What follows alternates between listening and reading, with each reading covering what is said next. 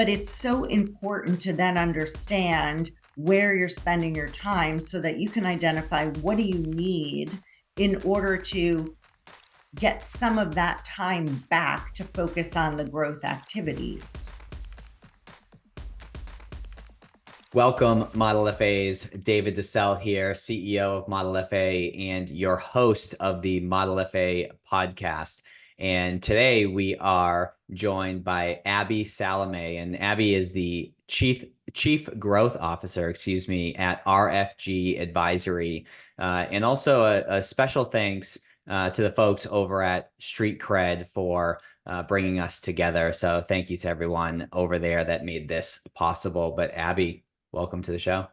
Thank you. It's so nice to be here. I'm excited to chat this morning. So thanks for having me. Of course. And you have a pretty cool background, and frankly a super legit background with your experience in the industry based on our intro call. So if we could spend a little bit of time just learning about how you got into the industry in the first place. Was it fresh out of school, boom, you were in financial services in some way, shape, or form? Was there a step or two or 10 in between? Like, how'd you actually get started, if we can think back to that time? Yeah, so that's a great question. And, sometimes you just happenstance into things. That wasn't my case, actually. I always knew I wanted to be in financial services, and I'm not really sure the why part of that. I'm sure it has to do with some deep, dark, rooted psychological issues with money, right? But I never really explored that part. I just knew that I wanted to be in financial services.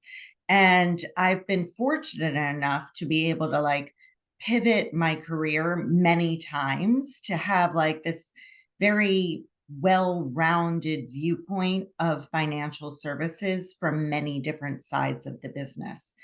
So, having started my career at Sanford Bernstein on the institutional sales desk, where Bernstein was very well known at the time and still is for their analysts and their research reports, and helping the team sell those reports to the buy side asset managers for their own research and due diligence and things like that. So that's really where I kind of cut my teeth, and that was super fun, but I knew it wasn't something I wanted to do long term. So I had flipped over to the buy side of the business, still at Bernstein, and went through their portfolio management program and financial advisor training, and started doing that. And after a few years into that, realized that there were some disadvantages for me, I felt, to be successful at the time. And we can get into those disadvantages in a future podcast.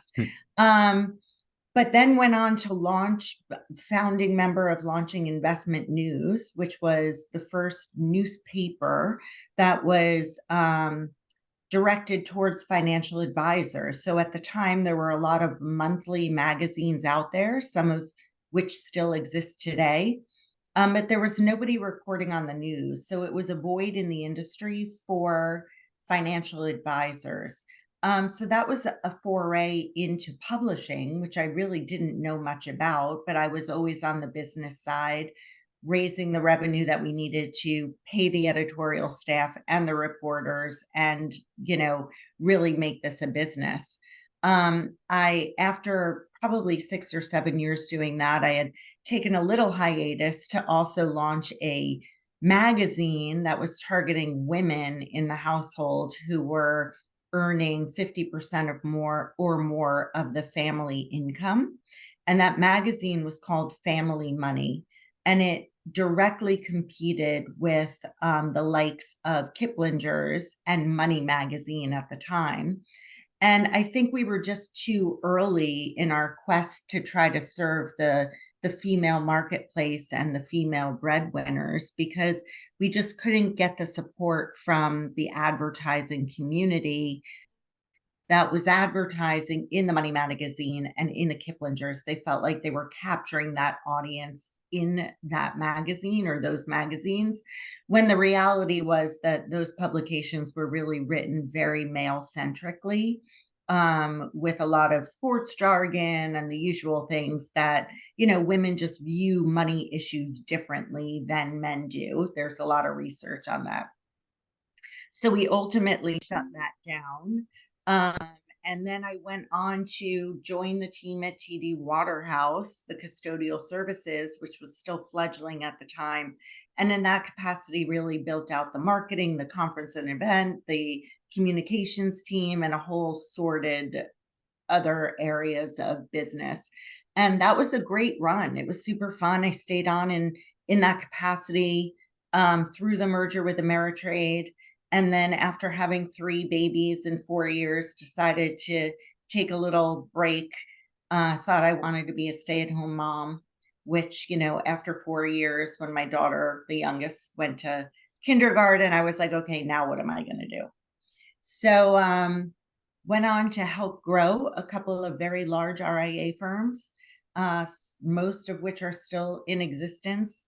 The first one was Fusion Advisor Network, which was sold to NFP, and it's now part of Kestra. So many of the advisors that I worked with there are at Kestra today.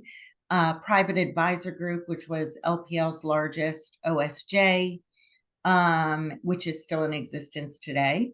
Hightower Advisors, and now RFG. So, so it's been a great run, and I feel like this is probably my last hurrah. I've done a lot, and it's been super fun, and I feel super passionate about what we're building today at RFG.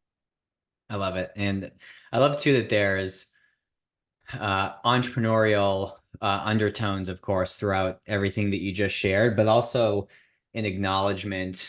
I feel like with the investment news that you started that did well, a lot of entrepreneurial people can make the assumption of, okay, this worked out really well. Like, what else can I do and touch that turns to gold? And then your very next thing didn't shake out, and that could have totally took the wind out of your sail, and perhaps momentarily it did, but then you got back up and started having an impact moving forward, and didn't let that get you down. What was that like, I guess,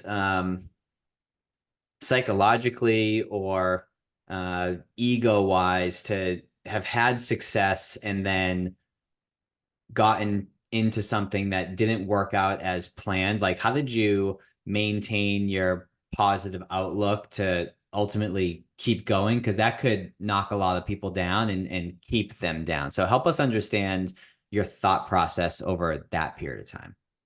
So, I mean, it was a while ago, but the frustration was there because I really believed in that mission. I still believe in that mission. I do think that men and women view finances and wealth differently. And I think there is an opportunity even today to further differentiate that. And that's one of the things that we plan on doing with RFG, in focusing in on what we have a program right now that we're reshaping called Strong Her Money. It was hard. It was frustrating. It was definitely, it's interesting. I don't think like my ego was impacted by it at all, because I don't necessarily think I looked at it as a personal failure. I think I looked at it as, okay, the market's not ready for this yet, and I will come back around to this at some point. But right now, I have other things that I could be doing. I have other people I could be helping. And it was always with the view of, how can I help financial advisors serve their clients better? How can I help financial advisors in the noble work of being able to help more people? So there was always that underlying thought process in my head, and it just wasn't the right time. Like, I think if I had done it 10 years later, maybe the outcome would have been different. But 10 years later, I was already, long into something else. And, I look at everything as a learning experience. So it's not a random question, but it was a question I wasn't planning on asking today. And I'd like to just get your thoughts on it. So I work with a number of clients and know a number of advisors who specialize in working with women. So like one of my clients has a podcast, and I like the play on words that you just shared. She has a podcast called Empower Her. Love it. And so she, specializes in working with women. And I could name a few more that I work with directly that also have that niche that they serve. And then I also have clients and know of advisors who are guys Hmm. who have a niche in serving women in transition and things like that. And I've always thought to myself, and I also have another client who does CE credits for attorneys, and one of his CE credits is about women in their finances. And I've always thought to myself and wondered, is it should that advisor bring on a female advisor to work that niche, or is it still effective when a guy tries to serve that niche? And I just want to get your thoughts on that because I've Yeah. seen both men and women be successful in that niche. So maybe it's not an issue, but I'm just curious to get your thoughts. I don't think it's an issue. Like, I don't think you have to be a woman to serve other women or to relate to other women. You just have to understand the differences and be able to speak and connect with women in a different way. And that's stereotypical too, right? Because not all women are going to be the same. But what the data shows us is that they do, in large, view financial wellness very differently than the men do.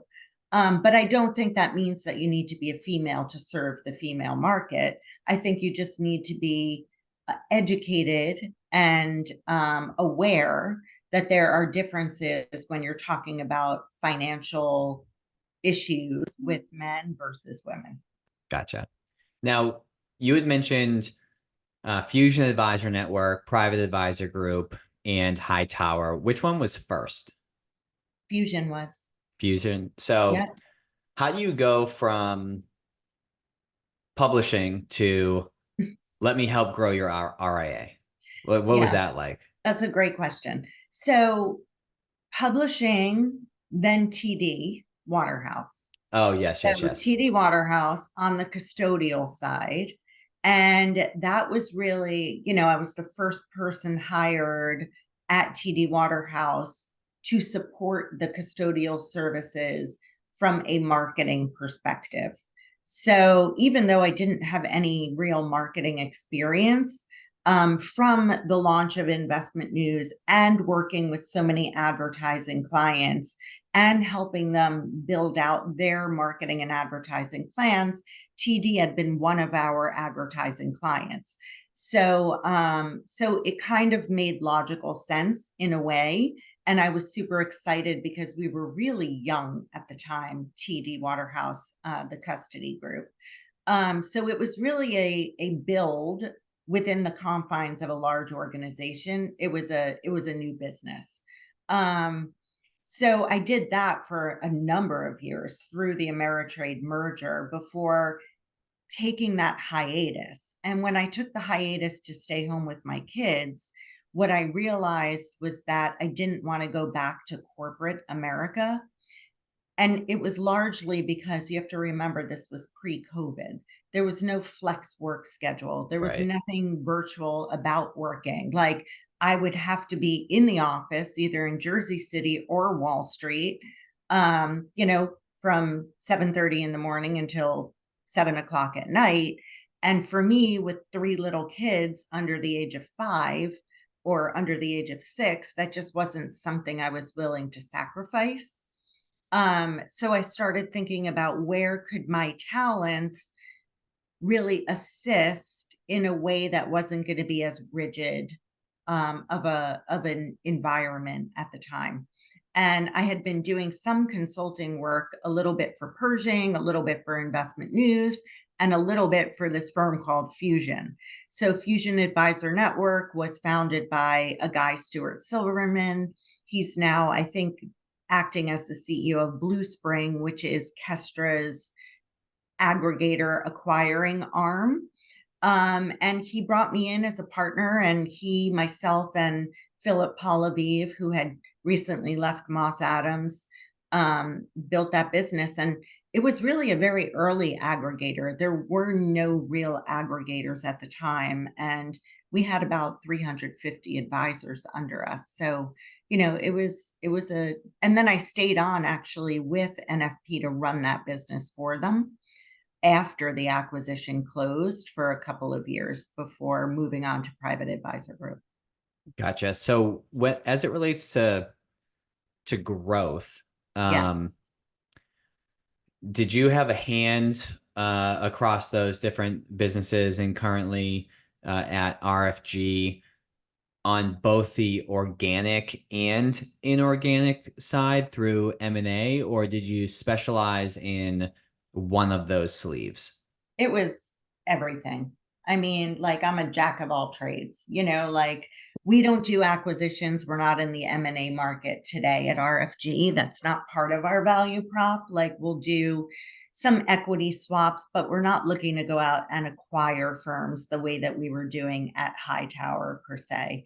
But I've been involved in all of it. So, from recruiting new advisors to a platform to helping existing advisors with their own organic growth. I kind of can run that gamut.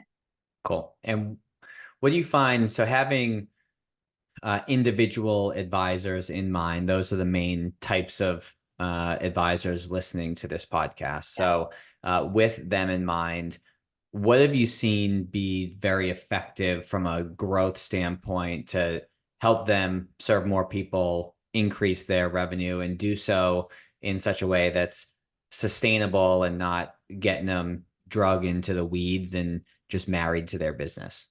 Yeah, it's a good question, and one that many advisors don't necessarily love to hear because it requires scaling the business. And what does that mean to scale the business? It means you have to find operational efficiencies to unleash the burden of things that don't need your personal attention. And what I mean by that is, outsourcing as much as you can so that you're not burdened with any operations or technology, or in some cases, client service stuff. So first step is really getting rid of all of those activities that are not value adding to your business. And then as it relates to even growth activities, scaling that as much as possible. And what I mean by that is implementing the systems, the tools, and the processes so that you can automate much of the marketing functions and focus your energy and time on the relationship aspects, because the relationship is really where the value is added for any financial advisor. It's all about the engagement that they have with their clients and the ability and the freedom to be able to go out and meet new clients. Is there sort of like in your opinion, in order of operation? So as I decipher through what you just shared, what I'm hearing is operational efficiency as it relates to automating various aspects of the business that can be automated, delegating, and perhaps hiring someone to help with certain operational functions of the business. I also hear hiring client service oriented stuff, maybe even a lead advisor to handle reviews for a certain segment of their book of business. And I also heard, trying to automate as much of the marketing as possible. Is there a sequence of what you should address first, in your opinion? Because if I'm an advisor and I'm listening to that, I'm like, okay, well, that's a lot. And then they can experience paralysis by analysis. So like, what's the first thing? What's the second thing? What are your thoughts there? I mean, the first thing that I look at when even I'm looking at our own advisors and how they're looking to, the first thing is like, do you have a growth mindset, right? So if you're an advisor that doesn't want to grow, there's really no help for you because you're not going to grow. So I think that's the first question. If the answer is yes, I do want to grow, I think there is some analysis that has to be done first. Like, who do you want to grow? Identifying your ideal client profile and really sticking to it, right? So if you really want to serve a certain specific segment of the market, you really need to be pretty disciplined about targeting that market and then only accepting new clients that meet that criteria. I think also then taking a look at what are the systems in use today, like how much time are you spending and where is your time being spent, and identifying ways that you can get more time on your own plate to be able to deliver those value adding services. It's a great exercise. It's a very in the weeds exercise to try to quantify, but it's so important to then understand where you're spending your time so that you can identify what do you need in order to get some of that time back to focus on the growth activities. As it relates to digital marketing and automation of marketing, there is no shortage of tools and solutions that are out there that can be helpful. At RFG, we use FMG, and we've built on top of it some customizations so that we can properly work within our entire enterprise and even take the digital marketing and the automation off of our advisors' plates so we can do it for them on the back end. So that's very helpful and very time saving for the advisors that work with us because they don't have to think about it. We're just handling it all for them. And that includes social media as well. So there's two categories that I want to unpack a little bit there. So you mentioned figuring out where people spend their time. I'd be curious how you do that, because it is very much in the weeds. And for context, one of the things that we help our clients with is two things. One is to uh, understand where they derive their energy on the day-to-day basis. So Yep. things that it's a play off of Stephen Covey's time management quadrant, but it's more so energy management. So things that you love to do and you're great at, things that you like to do and you're good at, things that you don't like to do but you're good at, and things that you don't like to do and you're bad at, and have them go through that exercise. And frankly, it's an eye-opening exercise, but it also gets them one step closer to committing to the annoying exercise that I have them do. That's probably the most impactful, which is over a period of 10 business days, filling out a 15-minute time tracker. Like, Right. like short of going to use the restroom, you need to track everything that Yes. you're doing. And then we take that and align that with where they derive the most energy from. And almost always, half of their time is spent in the bottom two quadrants. At least half of their time is spent in the bottom two quadrants of things that drain their energy. And it's an eye opening exercise for them because they realize, wow, if I just deleted, delegated, or automated the bottom two, I have, and then change nothing, Right. you're going to love what you do way more. Yeah. But more often than not, you're going to reallocate that newfound time to the top two quadrants, which is then going to help you explode growth wise. So I'm curious to know, do you do something similar We or do. different than We that? do. Yeah, we do something similar, but we look at all areas of the business, right? So, I mean, coming to RFG is somewhat self-selecting. You need to be an independent advisor, but you need to be an independent advisor that doesn't want to do any of the back office stuff.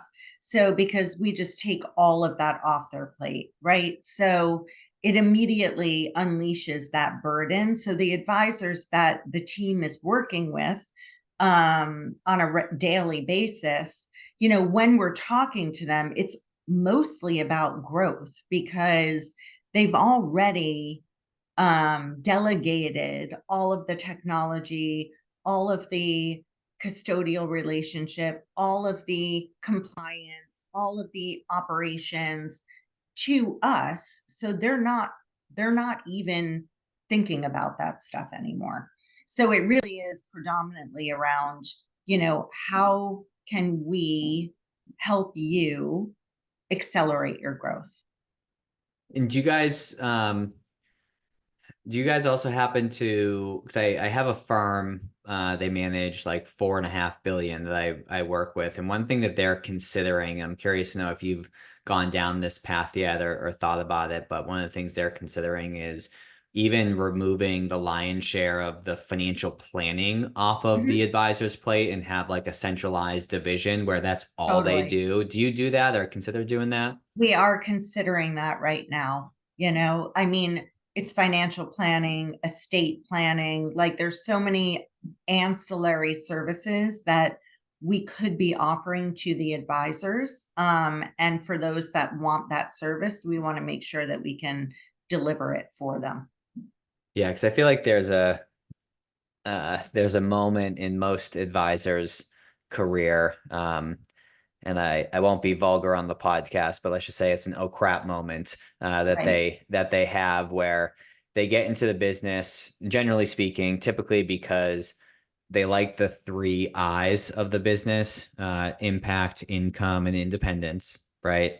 And then there's this inflection point at some point where it's, oh crap, like I have a business to run. I'm getting Right. drug into compliance. I'm getting drug into tech Right. demos. I'm getting drug into hiring and firing and training. And they quickly realize that 30% of their time, if they're lucky, is spent on the things that they love to do. Yeah. And then they, seek out building the team and scaling the team themselves to offload or join a firm like yours that can help with all that stuff. But it's interesting. Almost like 10 out of 10 times when I come across an advisor, they always reference a variation of that oh crap moment of Yeah. that realization that they have a business to run. Yeah, and that's a big mind shift too, right? So it's like you go from running kind of a practice to a business, Hmm. and you need to be able to serve as a business owner, right? Which is not always easy. So, the question is, I think it really depends on the advisor and what they're seeking to build, right? Are they seeking to build a business? Are they seeking to build something that's going to have, a legacy to it that will live beyond them, that will be expansive? Not every advisor wants that, right? I'm sure you've worked with many that are not necessarily inclined to want to build an enterprise. No, and the phrase is a lifestyle practice, right? Right. They want something where sort of similar to you when you re-entered the workforce, you're like, I'm not doing corporate America because I want the flexibility to be able to still hang out with my kids, right? They want the flexibility to do the things that they're passionate about with their family, their kids, their traveling, their golf, their whatever it may be. Totally. Um, Those are and not the ones that we want on our platform. I get that, but I will say too that it's funny. I've come across some advisors because some advisors, I remember I was just dumbfounded. I met someone, I was like out and about at the time in St. Pete when I lived there in Florida. And I ran across an advisor who I'd known from one of the groups that are out there on Facebook. And I was like, oh, hey, and we, talked for a brief moment. And I was like, hey, we have this whole business development program and video course that can really help grow your business. We typically sell it for X, but since I was able to put a face to the name, like if you want it for free, I'm more than happy to give it to you. Just as like I thought that would be nice.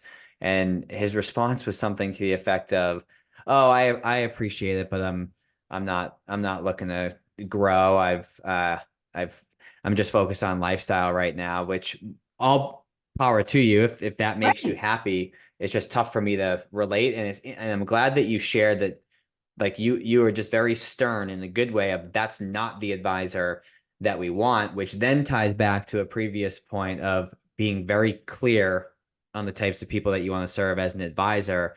I'm glad to have caught you in that you're practicing what you preach, particularly as it relates to RFG with the advisors you're looking to attract. Absolutely. I mean, and you have to walk the walk and talk the talk, right? So I have always tried to do that and tried to be my authentic self. And, it's true. I mean, in the last I've only been here for almost 4 months now, and in the last 4 months, we've probably walked away from 5 or 6 different deals or advisors seeking to join us because they were just not the right fit. And Mm. it's too important for what we're trying to build to have the right fit and to have advisors that fit into this community of, wanting to be part of something bigger than themselves and really wanting to make an impact and having a servant heart and wanting to be fully supported in everything except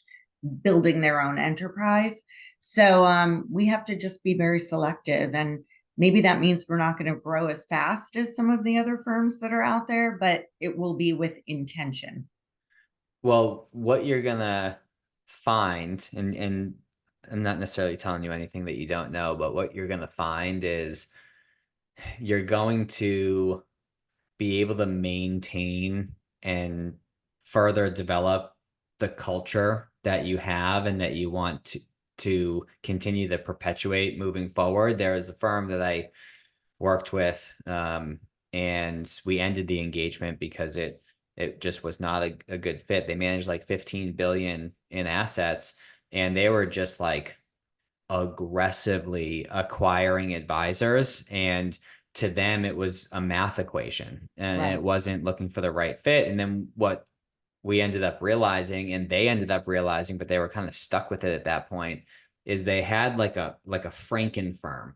They had all these different types Yeah. of people that had all these different philosophies, and they had the only culture that they had was a culture of complaining Right. because the advisors weren't getting what they thought they wanted, and it was a mess. But on paper the math looks good, but when you Right. open up the hood it's like, oh gosh, like this is a Yeah. ticking time bomb right now. So by being very selective of who you're looking to bring on, allows you to maintain the culture that I would assume you guys have worked hard to create. Yeah. And, that's the luxury of having been on many sides of this business and having, built and worked for many of these other large RIA firms is that I have that kind of viewpoint and that experience of seeing that Frankenstein model of advisor and what that leads to. And that's just not what I want my own legacy to be.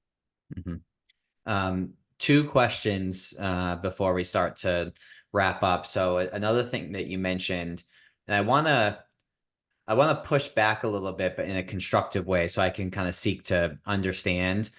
So you had mentioned helping advisors with their content, helping totally remove that from their plate, and automating that, right?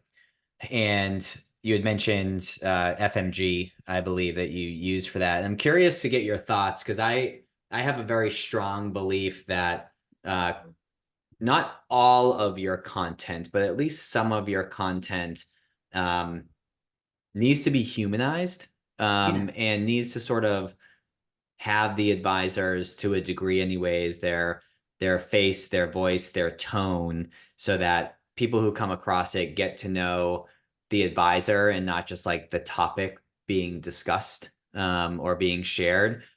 What are your thoughts on that? Like where does the impact, I guess, of automation of marketing start to maybe work against the initiative of growth because and I may be misinterpreting it, but because you're removing the advisor's persona from the equation. So Yeah.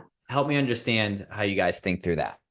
So, first of all, I completely agree with you. So, automated content and the stuff that FMG produces, let's say, that's supplemental to what my team and our team in-house creates for the advisors. So we have a whole like in-house agency, for lack of a better word, that creates custom content. We have 15 of our 50 advisors that we produce their podcasts for them. We Okay. record videos for them. We do all the editing. We then put it in Pathfinder for, well, FMG, which the custom version that we've built on top of, we call Pathfinder, and we can execute it for them. So we think very holistically.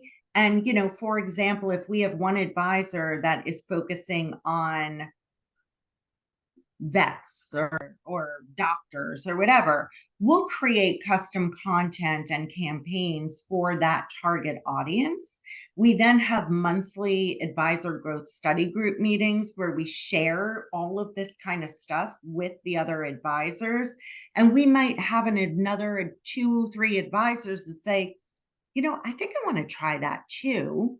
And then we can take that content and we can version it for other advisors. So we don't want to be completely bespoke where we're doing custom work for every advisor, but we really do custom work for many of the advisors, but we can automate it for them. And look, all boats float in high tide. So they win, we help more people, they get more clients, and it's a self-fulfilling prophecy, really. But we pepper in the canned stuff with the custom stuff that we're working on for them on the back end. Okay, Does cool. that We're make on the sense? same. Yes, we're on. I'm glad I asked that question because there's probably some people listening to that moment and they were like, wait, I thought people have been saying put my face, put my voice out Yes, there. and we So do I'm that. glad We that do you're that for them. on the Of same course. page. And it's all branded for their firm anyway. Like all of our advisors, most of them have their own DBA. And like an example, we hired Brendan Fraser as our chief behavioral officer a Love couple of months Brendan. ago. He's a great guy. And we're taking a lot of like his brain cells and his content, and we're creating campaigns for our advisors to be able to leverage with their own existing clients and to prospect for new clients. I was just reviewing something. It was all about, beyond the spreadsheet, why are we wired to negatively think about money, right? And like, how can we use that to help our advisors? How can we take that knowledge and those learnings and translate that into ways that our advisors can help more people? Got it. Awesome. Last question. Yes. And there's going to be another question, but it's an easy question. But this one is, so one of the things that we do with all of our guests is to ask about a book that's had an impact on them. And I've personally read this book. I love it. But you mentioned The Alchemist. Help us understand why you chose that. It's one of my go-to books when I feel like I need to reset. And I know that sounds really crazy. And I think I read it for the first time probably 30 years ago. But it really is all about, journeys that we take in life always lead us to exactly where we're supposed to be. And there's a comfort in that I think the book consistently reminds me of. And even though it's an old story, and even though the journey is so interesting and bizarre, the main character, Santiago, comes back to realize at the end that the entire journey brought him right back to where he started.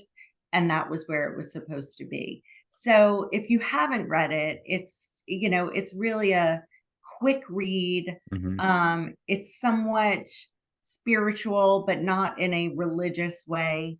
And it just is a good reminder that sometimes challenges and obstacles come in your path, but they're always meant to lead you to that next great place. Well, I'm glad that you said that last part because there's been times in in my life where business wasn't going well, or a divorce after being married for 6 months a number of years ago, where you feel like the world is ending.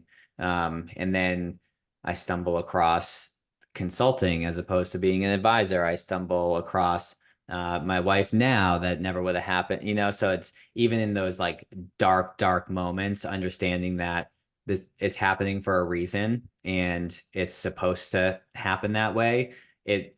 That reminder can bring sort of a sense of peace and a sense of calm in a tornado that you're experiencing at that moment in life.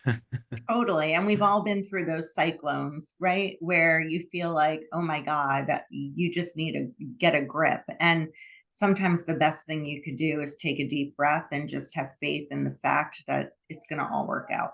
For sure. Yeah. Well, Abby, this has been wonderful. If I'm an advisor listening to this and I want to, ranging from continuing to follow along with your journey, ask you a question, learn more about RFG, where would you like to send them? Sure. You can find us at rfgadvisory.com. We are going through a brand refresh, just so you know. So that will be updated hopefully within the next, month or two. But feel free to follow me, LinkedIn, Twitter, at Abby Salameh. And it's been so much fun. I really enjoyed this. Awesome. Well, Abby, thank you to you. Lindsay over at Street Cred, thank you to you. And please tell Shannon and Brendan that I said hello as well. I certainly will. Thanks so much. Awesome. Take care.